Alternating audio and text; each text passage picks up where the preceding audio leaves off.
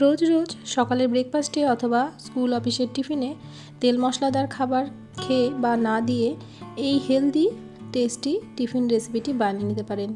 ভীষণ হেলদি বন্ধুরা, আর খুব কম সময়েই বানানো হয়ে যায়। এর জন্য নিয়ে নিলাম 1 কাপ সুজি। এখানে 10 টাকা প্যাকেটের যে সুজিগুলো হয় সেই সুজিটা আমি নিয়ে নিয়েছি, আর ওই কাপেরই মাপ করে হাফ কাপ দিয়ে দিলাম টক দই। যতটা সুজি তার হাফ দিতে হবে টক দই। এবার ওই দইয়ের কাপটা ধোয়া দিয়ে দিলাম হাফ কাপ জল। খুব ভালোভাবে সুজি, টক দই আর জলটা একটু মিশিয়ে দিতে হবে। যেহেতু সুজির মধ্যে একটু টক দই দিলে সুজিটা অনেকটাই ফুলে যায়, তো তার জন্য এটাকে 5-7 মিনিট মতো একটু রেস্টে রেখে দিতে হবে। তো খুব ভালোভাবে এটাকে আমি একটা হ্যান্ড উইস্কের সাহায্যে মিশিয়ে দিচ্ছি। এরপর এটাকে আমি রেস্টে রেখে দেবো 7 মিনিট থেকে 8 মিনিট মতো। তার থেকে বেশিক্ষণও আপনারা রাখতে পারেন, অন্ততপক্ষে 5 মিনিট কিন্তু রেস্টে অবশ্যই করে রাখতে হবে। তো এবার এটাকে ঢাকা দিয়ে আমি রেস্টে রেখে দিচ্ছি। 5-7 মিনিট পর আমি এটা ঢাকাটা খুলে দেবো। তো এখন দেখুন বন্ধুরা, ঢাকাটা আমি খুলে দিলাম। এটা কিন্তু অনেকটাই ফুলে গেছে, আর এই পাত্রটা একটু ছোট হয়ে গেছে, তো তার জন্য আমি এই পাত্রটা চেঞ্জ করে নিচ্ছি। অন্য একটা মিক্সিং বোলের মধ্যে এটাকে ঢেলে নিচ্ছি। এবার এর মধ্যে দিয়ে দেব জল।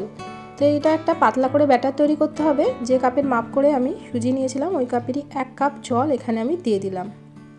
তো জল দিয়ে ভালো করে এটাকে একটু মিশিয়ে দিচ্ছি। আমি একটু হালকা করে হ্যান্ড উইস্কের সাহায্যে মিশিয়ে দিলাম। তো এবার এটাকে একটা মিক্সিং জারের মধ্যে নিয়ে নেব। খুব ভালো করে স্মুথ করে একটা পেস্ট আমাদেরকে বানিয়ে নিতে হবে। আপনারা চাইলে কিন্তু পেস্টটা নাও বানিয়ে নিতে পারেন মিক্সিং জারে, তবে মিক্সিং জারের মধ্যে একটুখানি দিয়ে একটু ভালো করে পেস্ট বানিয়ে নিলে এই রেসিপিটা কিন্তু ভীষণ ভালো হয়।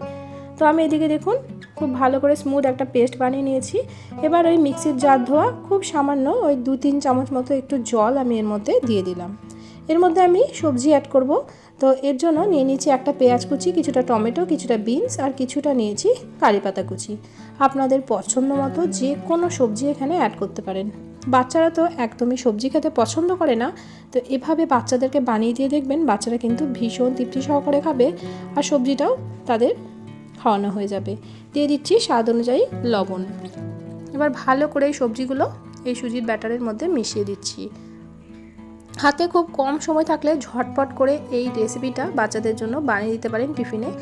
আর যদি খুব কম সময় থাকে, সকালে যদি তাড়াহুড়ো থাকে, আগের দিন রাতে ব্যাটারটা বানিয়ে ফ্রিজের মধ্যেও কিন্তু রেখে দিতে পারেন। সকালে সবজিটা মিশিয়ে বাচ্চাদেরকে তাড়াতাড়ি করে বানিয়ে দিতে পারেন।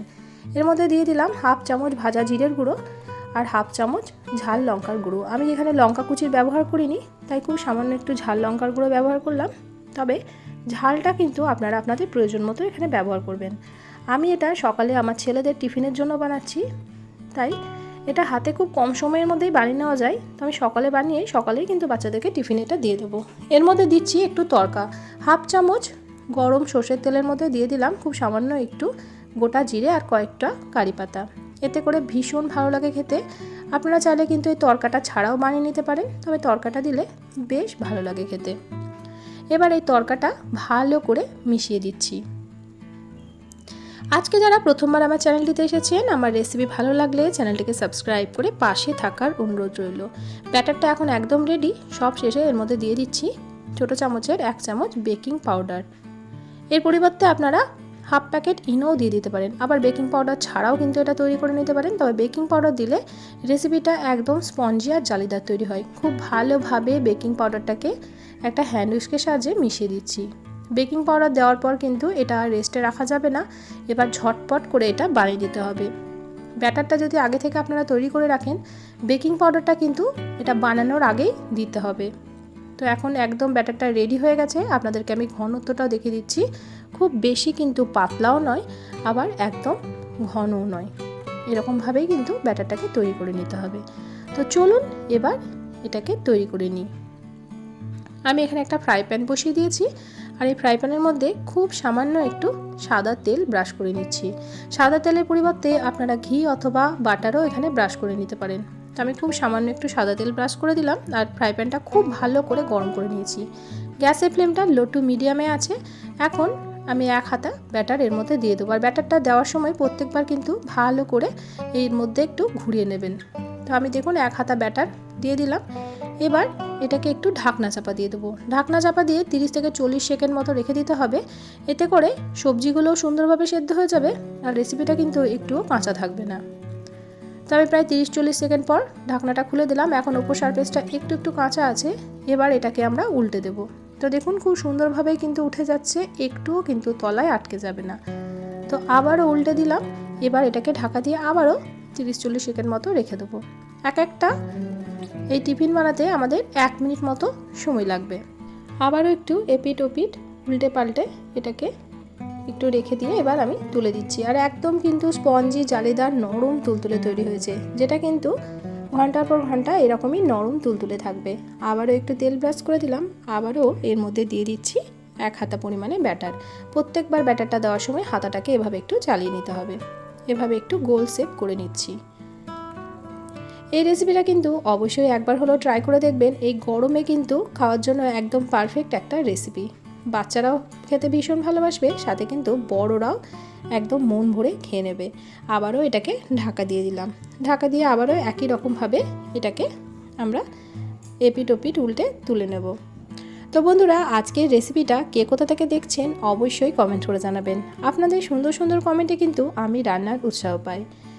চ্যানেলে নতুন বন্ধু হয়ে থাকলে চ্যানেলটিকে সাবস্ক্রাইব করে পাশে থাকার অনুরোধ রইল।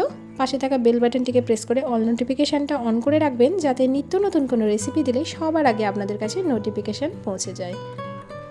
দেখুন কথা বলতে বলতে আবারও একটা আমাদের তৈরি হয়ে গেল। একই রকমভাবে আমি সবগুলোই তৈরি করে নেব। আপনারা কিন্তু তেল ছাড়াও এটা বানিয়ে নিতে পারেন। তো আমি কিন্তু একটা তেল ছাড়াও এরকমভাবে দিয়ে দিচ্ছি। তো প্রথমবার একবার তেল ব্রাশ করে দেওয়ার পর বাকিগুলো কিন্তু তেল ছাড়া এভাবেও বানিয়ে নিতে পারেন। এটাও কিন্তু সুন্দরভাবে আমাদের তৈরি হয়ে গিয়েছিল। তো আমি দেখুন এবারে কিন্তু আর কোনো রকম তেল ব্রাশ করিনি, তেল ব্রাশ করা ছাড়া এটাকে দিয়ে দিলাম। এটাও কিন্তু একই রকমভাবে সুন্দরভাবে উঠে গেছিলো। তো প্রত্যেকটাই আমি তৈরি করে নিয়ে এখানে আমি সার্ভ করে নিয়েছি। আর এর সাথে শুধুমাত্র টমেটো সসই আমি দিয়েছি। বাচ্চাদের টিফিনেও কিন্তু আমি এটা শুধুমাত্র টমেটো সস দিয়ে সার্ভ করেছিলাম। তো কেমন লাগলো রেসিপি অবশ্যই কমেন্ট করে জানাবেন বন্ধুরা। আর দেখুন এখন কিন্তু একদমই ঠান্ডা হয়ে গেছে, একদম নরম তুলতুলে জালিদার তৈরি হয়েছে। আর ভীষণ নরম তুলতুলে হয়, মুখে দিলেই মিলিয়ে যায়। সস ছাড়া কিন্তু আপনারা এটা যে কোনো বাদামের চাটনি দিয়েও সার্ভ করতে পারেন। তবে হাতে খুব কম সময় ছিল বলে আর কিন্তু আমি চাটনি বানানোর সময় পাইনি। সস দিয়ে এটা খেতে দুর্দান্ত লেগেছিলো। সকালের ব্রেকফাস্টে অথবা রাত্রের ডিনারেও এটা আপনারা ঝটপট করে বানিয়ে নিতে পারেন, যেটা ভীষণ হেলদি আর তার সাথে ভীষণ টেস্টি হয়। তো বন্ধুরা, এই রকম নিত্য নতুন রেসিপিগুলো যদি আপনাদের ভালো লেগে থাকে প্রিয়জনদের সঙ্গে শেয়ার করতে কিন্তু ভুলবেন না। আপনাদের একটা শেয়ার আমাকে অনেকটা দূর এগিয়ে যেতে সাহায্য করে। তো বন্ধুরা, আজকের মতো আসি, দেখা হবে অন্যদিন অন্য একটা রেসিপির সাথে। সবাই ভালো থাকবেন, সুস্থ থাকবেন, সাবধানে থাকবেন। রেসিপিটি এতক্ষণ পর্যন্ত ধৈর্য সহকারে দেখার জন্য সকলকে অসংখ্য ধন্যবাদ।